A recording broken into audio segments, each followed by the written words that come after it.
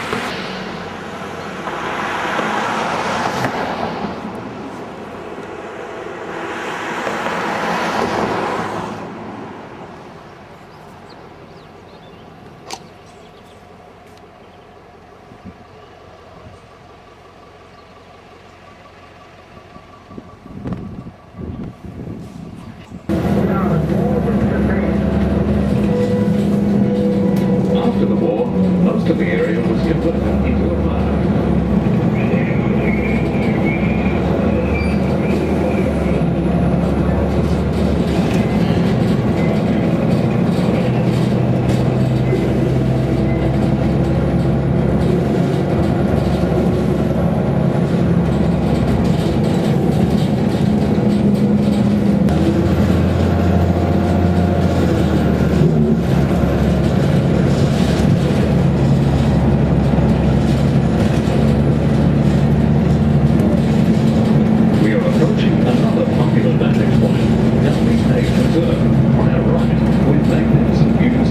Sydney Harbour, the city skyline, and the North Shore. Just a reminder, AM every 30 minutes, with the bus pass leaving Circular Quay at 4:15 PM and completing its journey by 6:15. However, you can use your Explorer ticket right up to midnight on any state transit blue and white commuter bus within the area of the Bondi Explorer's circular route. For further information, please ask your Explorer driver. It's valid all day, so you can go around as many times as you like. Just remember to dip your ticket in the green machine at the front of the bus each time you climb aboard. The two Explorers are among the many services offered by state transit to make your visit enjoyable and rewarding. These include a network of ferry services to all parts of our beautiful harbour and daily harbour cruises. And we ask you to remember to check your seat for personal belongings before you leave the bus. We have a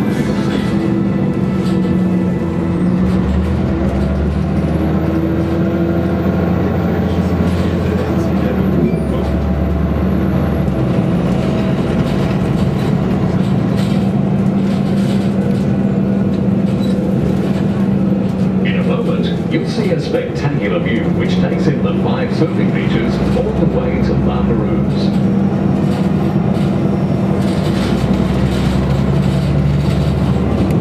And here we come to Bondi Beach, the most widely known of Australia's many outstanding beaches. Known for the breaking of the waves, Bondi was acquired by the government in the late 1850s and became a residential area, attracting both clothes brands and holiday makers. Outdoor daylight bathing until 1903, and just 3 years later, a canvas film attached to the long rope. His teammate played out as he ran into the water and swam to the person who was killed. Then the whole rescue team reeled in the rescuer and patient, all very with the social activities and all the skills required before they could aspire to be part of the patrols that make our beaches so much safer. They become very fit and extremely good swimmers and board riders along the way. Thousands of lives have been saved by the volunteer lifesavers, but the reel has now been replaced by rubber duckies, inflatable rubber catamarans driven by powerful outboard motors, which are very fast and maneuverable in the surf. Because of Bondi's sometimes treacherous surf, diving between the flags is a requirement on all patrol surf beaches, and it is for your own safety.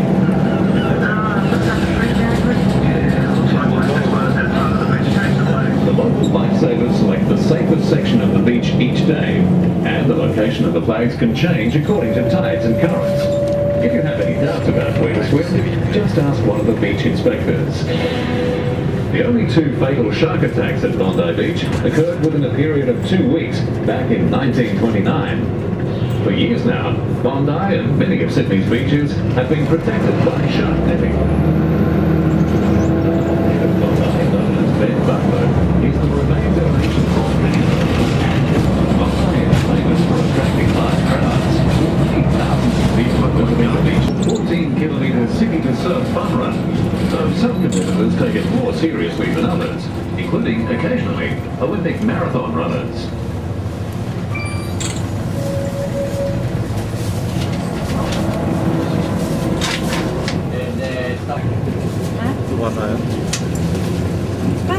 As we leave Bondi Beach, on the left you can see the Bondi Baths, built and completed in 1887. It is home till the last Sunday in September. And to become an iceberg, one must swim at least 75 out of 100 Sundays in a 5-year period. It is competitive swimming with up to 30 heats each Sunday. The Icebergs Club, built in 1929, is set above the pool, and it is said to have the best views, the best beer, and the best prices in town. Bondi Beach, Bondi Beach.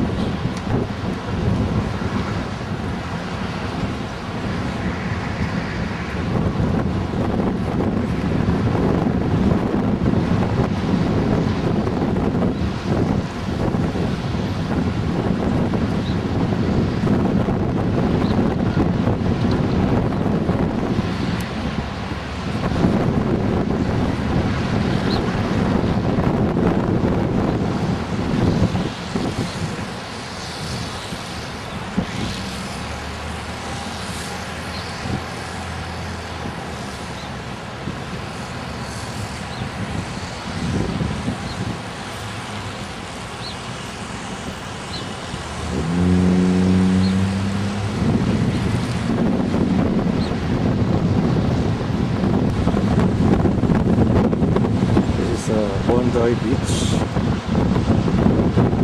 Cappuccino, uminom kami ng cappuccino at saka cake.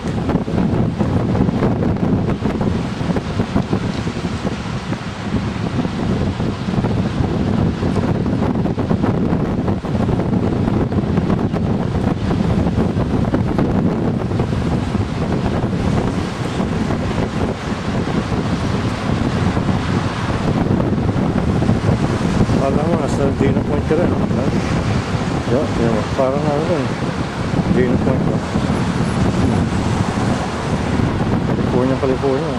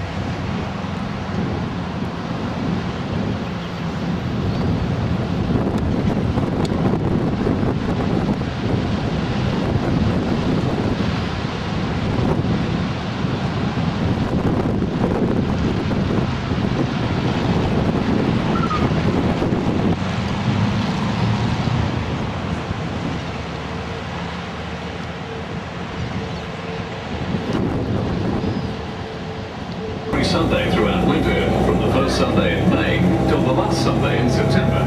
And to become an iceberg, one must swim at least 75 out of 100 Sundays in a 5-year period. It is competitive swimming with up to 30 heats each Sunday with a start the season. The Icebergs Club, built in 1929, is set above the pool and is said to have the best views, the best beer and the best prices in town. Yeah, folks, now we are heading to the stop 40. There is no stop 30. And I'll leave the Sydney commentary on so it will explain.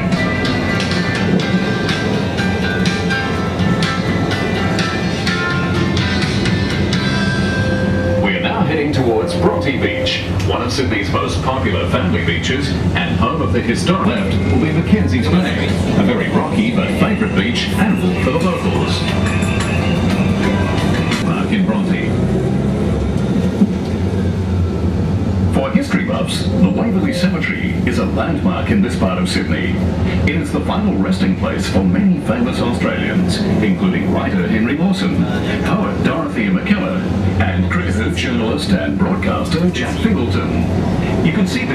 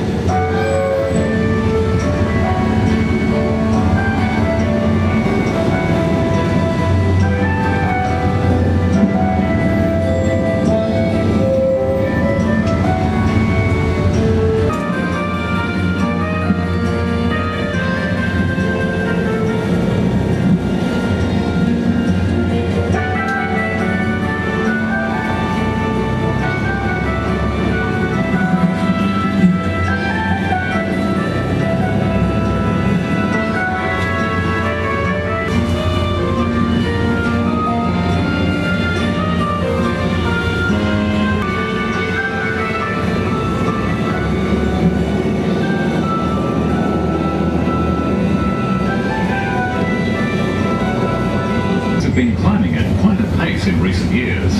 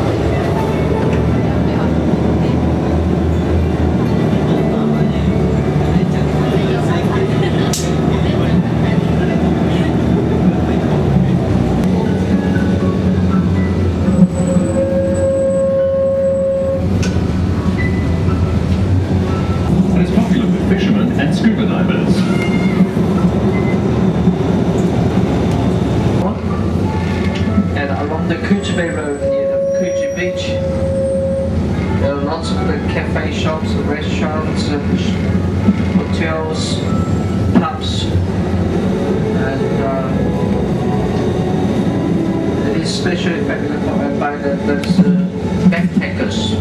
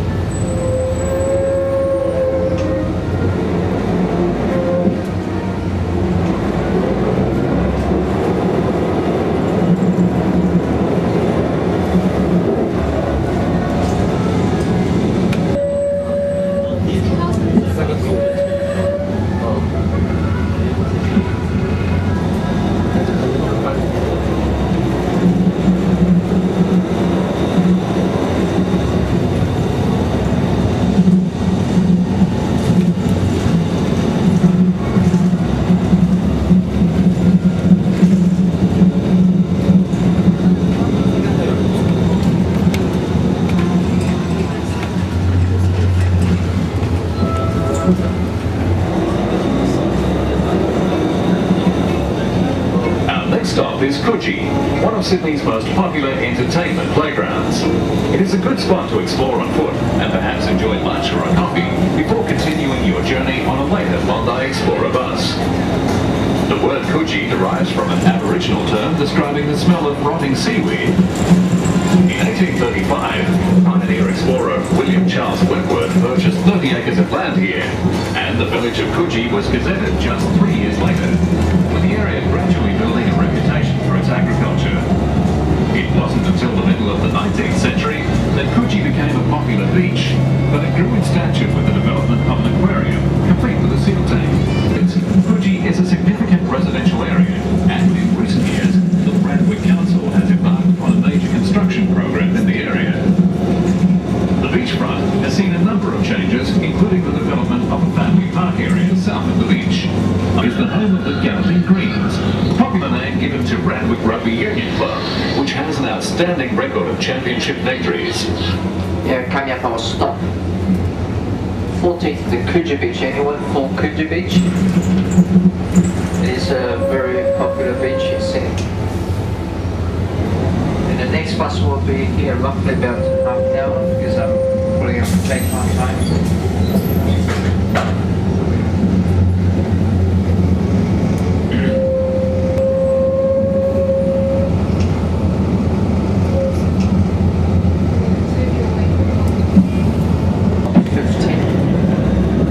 This is Coogee Bay Road that we're traveling on.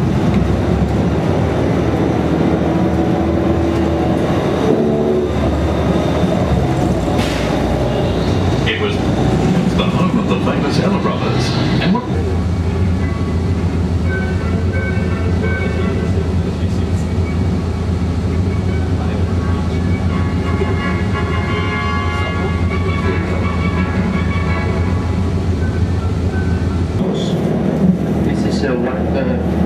premier race course in Australia. If you take a walk from our stop 50 to the right, a short walk to the right, you'll see the entrance to the Centennial Park. And the Centennial Park is the largest and the most popular park in Sydney, with a lot of the facilities such as the horse ride, sports fit, bush bike venue, barbecues, and the Road Sports Museum, Sydney Equestrian, and they're all located in stop 60.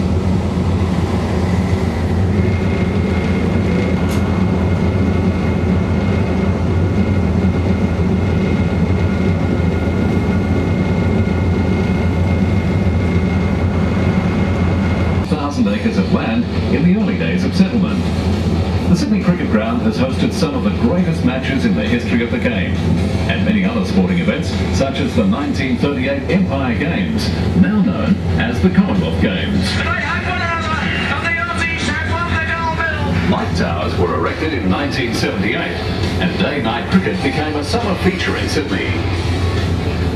Rugby league matches were transferred from the cricket ground to the adjacent Sydney Football Stadium when it was completed in 1988 at a cost of $68 million as a bicentennial project.